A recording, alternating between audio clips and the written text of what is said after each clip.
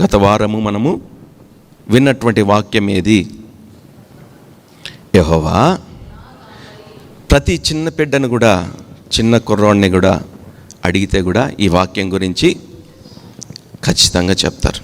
చిన్న బిడ్డల కంఠస్థ వాక్యం వచ్చేమో కానీ అయితే పెద్దలు మర్చిపోయి ఉంటారు. పెద్దలు కాలం ఎక్కువ అయ్యింది కదా, కాలము ఎక్కువైంది కనుక ఈ వాక్యాలు కొన్నిసార్లు ఏం చేస్తారంటే పెద్దలు మర్చిపోయి ఉంటారు. ప్రియమైనటువంటి దేవుని బిడ్డల, ఏదైనప్పటికీ కూడా దేవుడు మనకు ఏమై ఉండాలి అని అంటున్నాడంటే కన్నా కాపరిగా ఉండాలి. హల్లెలూయా. కాపరిగా ఉన్నటువంటి ఆ కాపరత్వంలో ఉండవలసినటువంటి సద్గుణాలు, కాపరిలో ఉన్నటువంటి సద్గుణాలు ఒకసారి మనం చూసుకున్నట్లయితే నేను 8 విషయాలు మీకు తెలియపరిచాను. 8 విషయాలు కాపరిలో ఉండవలసినటువంటి లక్షణాలు, సద్గుణాలు. 1, కాపరికి ఒక సరిహద్దు ఉండాలి, మొదటిది. 2, కాపరి తన యొక్క మందలో ఉన్నటువంటి ప్రతి వారికి కూడా మాదిరిగా ఉండాలి, 2వ విషయం. 3వ విషయం, ఆ యొక్క కాపరికి ఎటువంటి నమ్మకం ఉండాలంటే కన్నా విలువైనటువంటి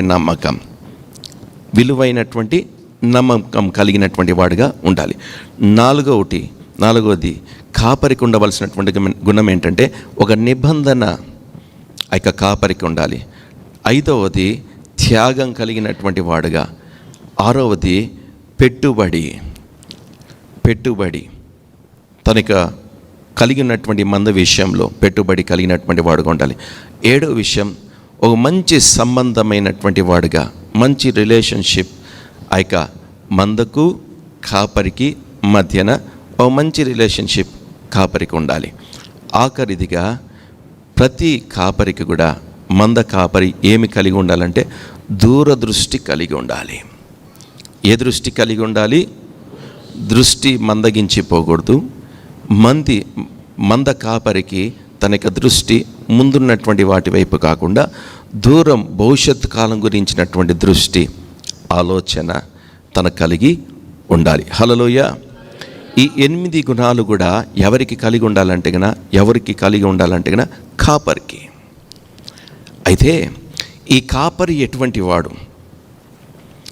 ఈ సద్గుణాలన్నీ కలిగినటువంటి కాపరికి ఉన్నటువంటి మరొక కొన్ని విషయాలు మనం చూసినట్లయితే 5 విషయాలు మనకి కనబడుతుంది పరిశుద్ధ గ్రంథంలో. ఒక్కొక్కరు ఒక్కొక్క వచనం తీసి చూసుకుందాం.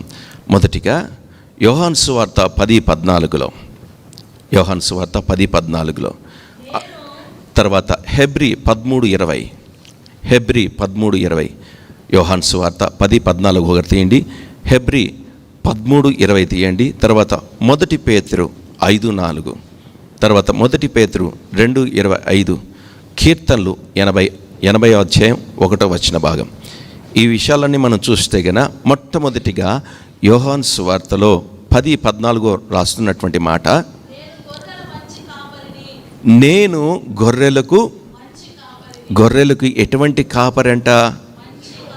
మొదటి కాపరి తనకున్నటువంటి మన కాపరిగా ఉండవలసినటువంటి వ్యక్తికి ఉండవలసినటువంటి గుణం ఏంటంటే గన మంచి కాపరి.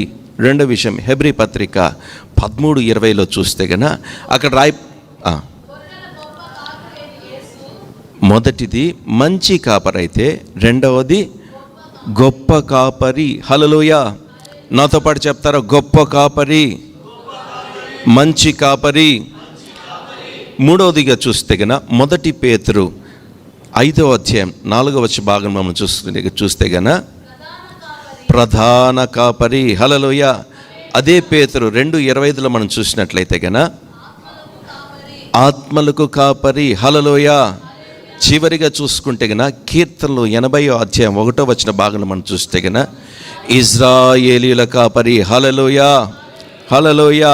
ఇప్పుడు చెప్తారా దేవుడు ఎటువంటి కాపరిగా ఉన్నాడు అంటే గన ఆయన మంచి కాపరి, గొప్ప కాపరి, ప్రధాన కాపరి, ఆత్మల కాపరి, ఇశ్రాయేలీల కాపరి.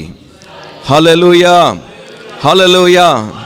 ఈ 5 గుణాలు కూడా ఈ కాపరత్వంలో కాపరికి ఉండవలసినటువంటి ప్రత్యేకమైనటువంటి కాపరత్వం ఏంటంటే కనుక మంచి కాపరిగా, గొప్ప కాపరిగా, ప్రధానమైనటువంటి కాపరిగా, ఆత్మలకు కాపరిగా, తర్వాత ఇజ్రాయేలీల నా ప్రియమైనటువంటి దేవుని బిడ్డలారా, పరమ తండ్రి అయినటువంటి యెహోవా దేవుడు కాపరిగా, యెహోవా దావీదు గారు అంటున్నటువంటి మాట, యెహోవా నాకు కాపరి. దావీదు గారికి దేవుడు ఏ రీతిగా ఉన్నాడంటే గన, ఎటువంటి కాపరిగా ఉన్నాడంటే గొప్ప కాపరిగా, మంచి కాపరిగా, తన జీవితంలో ప్రధానమైనటువంటి స్థానము కలిగినటువంటి వాడుగా, తన మనస్సులో, తన హృదయంలో దేవుడు ఏ ఆత్మ అయితే నింపాడో ఆ ఆత్మకు కూడా ఈ దావీదు గారికి యెహోవా దేవుడు ఏమై ఉన్నాడంటే కాపరి. ఇజ్రాయిల్ అందరికీ కూడా నా దేవుడు ఏ రీతిగా ఉన్నాడని తెలుసా? కాపరి. కాపరికి ఉండేటటువంటి గుణాలు ఇంతవరకు 8 విషయాలు మనం చదువుకున్నాం. ప్రతి వారి పట్ల తన మందలో ఉన్నటువంటి ప్రతి ఒక్క గొర్రె విషయంలో ఆయన ప్రధానమైనటువంటి వాడుగా, కాచుకునేటటువంటి వాడుగా, త్యాగం చేసుకునేటటువంటి వాడుగా, ప్రతి ఒక్క గొర్రె విషయంలో ఒక దూరదృష్టి కలిగినటువంటి వాడుగా, నా యేసు క్రీస్తు ప్రభుల వారు మంచి కాపరిగా, గొప్ప కాపరిగా, ప్రతి వారి యొక్క గొర్రె విషయంలో ఆయన ప్రధానమైనటువంటి స్థానంలో ఉన్నటువంటి వాడుగా, తన ఆత్మకు కాపరిగా, ఇశ్రాయేలుకు కాపరిగా ఆయన ఉన్నవాడు. హల్లెలూయా. నా ప్రియమైనటువంటి దేవుని బిడ్డలారా, అయితే 3 విషయాలు మనం గమనించినాం గత వారంలో. దేవుడు కాపరిగా లేకపోతే మనకు కలిగేటటువంటి ఆశీర్వాదానికి వ్యతిరేకమైనటువంటి పదం ఏది? రైట్. మంచికి, లాభానికి, అంటే ప్రతి దానికి వ్యతిరేకత ఉంది. అయితే ఇక్కడ కూడా యెహోవా దేవుడు కాపరిగా మనకు లేకపోతే, ఎవరు కాపరిగా లేకపోతే? యెహోవా దేవుడు కాపరిగా లేకపోతే వారికి కలిగేటటువంటి నష్టం ఏంటి?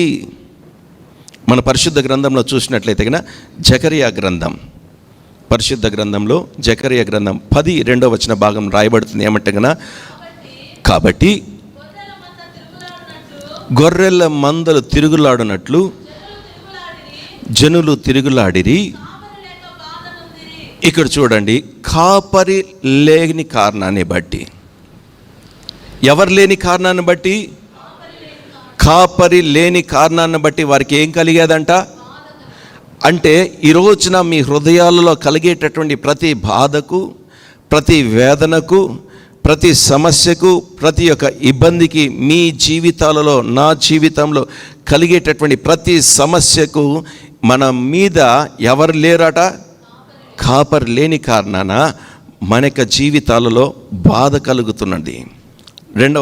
మొదటిది బాధ. రెండవది మత్తయి సువార్త 9:36 రాస్తున్నటువంటి మాట, ఆయన సమూహములను చూచి కాపర్లేని గొర్రెల వలె,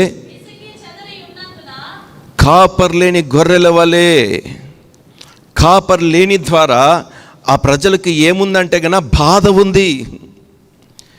కాపర్ లేనటువంటి ఆ యొక్క సమూహమును చూసి వారు విసికి చెదిరిపోయినటువంటి వారు.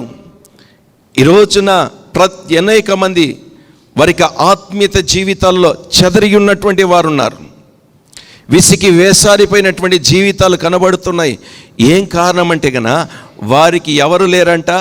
వారి పైన ప్రధానమైనటువంటి కాపరిగా, వారి మీద గొప్ప కాపరి, వారి మీద మంచి కాపరి, వారి ఆత్మకు కాపరి లేని కారణాన్ని బట్టి వారు ఏమైపోయారంటే విసిగిపోయారు. వారి జీవితాల్లో వేసారిపోయినటువంటి జీవితం వారిది.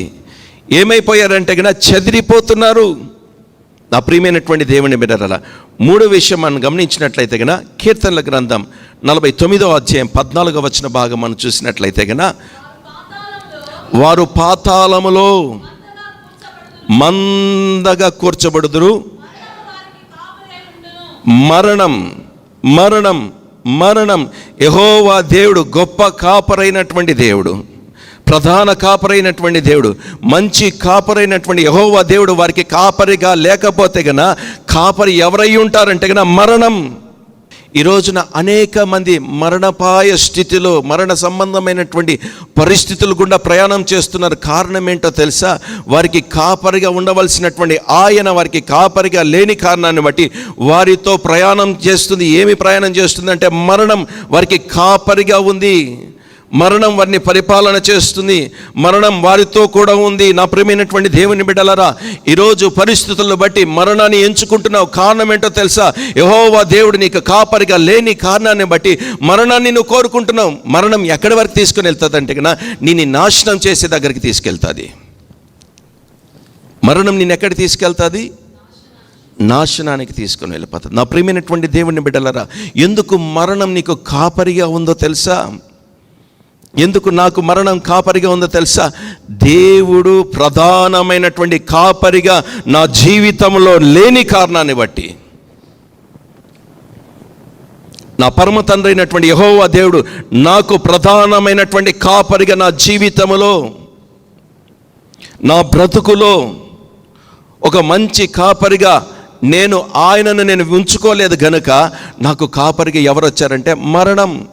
నా పరిస్థితుల గుండా, నా సమస్యల గుండా మరణం నాకు కాపరై ఎక్కడికి తీసుకొని వెళ్తుందంటే కన్నా నన్ను నాశనంలోకి తీసుకెళ్ళిపోతుంది. అయితే దేవుణ్ణి నమ్ముకున్నటువంటి మనందరికీ కూడా ఎవరు కాపరై ఉన్నారంటే కన్నా యెహోవా దేవుడు కాపరై ఉన్నాడు. యెహోవా దేవుడు కాపరై ఉన్నాడు. నా సర్వశక్తిమంతుడైనటువంటి యెహోవా దేవుడు కాపరై ఉన్నవాడు. ఆయన ఎల్లప్పుడూ ఉండేటటువంటి దేవుడు. హల్లెలూయా, హల్లెలూయా, హల్లెలూయా. నా ప్రియమైనటువంటి దైవ జనాంగమా, దేవుని వాక్యం వింటున్నటువంటి ప్రతి వారు కూడా ఈరోజు సంఘానికి వస్తున్నటువంటి ప్రతి వారి మీద కాపరిగా ఉండవలసినటువంటి ఎవరైనా ఉండాలి అంటే కన్నా అది యెహోవా దేవుడే. యెహోవా దేవుడే. ఏ రీతిగా? 5 విషయాలు. మంచి కాపరి. అందరు చెప్పాలి, మొదటి నుండి చెప్దాం.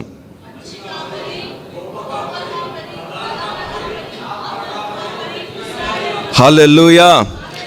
ఈ కాపురత్వములో ఇటువంటి కాపరి కలిగినటువంటి వారుగా మనం బ్రతుకుదుముగాక. హల్లెలూయా. ఒకవేళ యెహోవా దేవుడే కాపరిగా లేకపోతే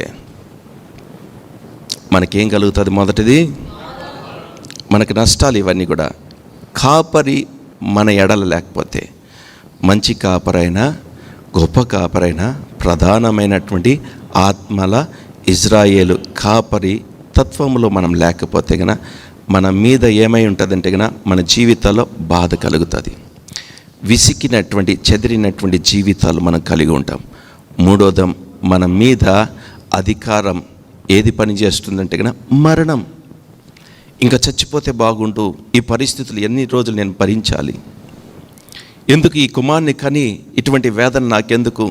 ఏదైనా మంచి పని చేస్తాడంటే ఎప్పుడు కూడా నా మీదకి ఇట్లా పక్కింటి వారో వీరో వచ్చి నా మీద పడుతున్నారే, వీని ద్వారా నేను చచ్చిపోయేదే,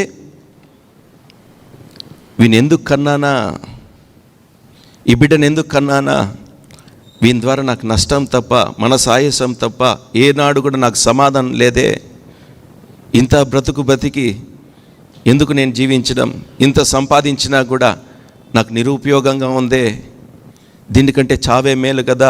మరణం వీరికి కాపరై ఉంది. మరణం వీరికి కాపరైంది. నా ప్రియమైనటువంటి దేవుని బిడ్డలు, అయితే ఇది నష్టం.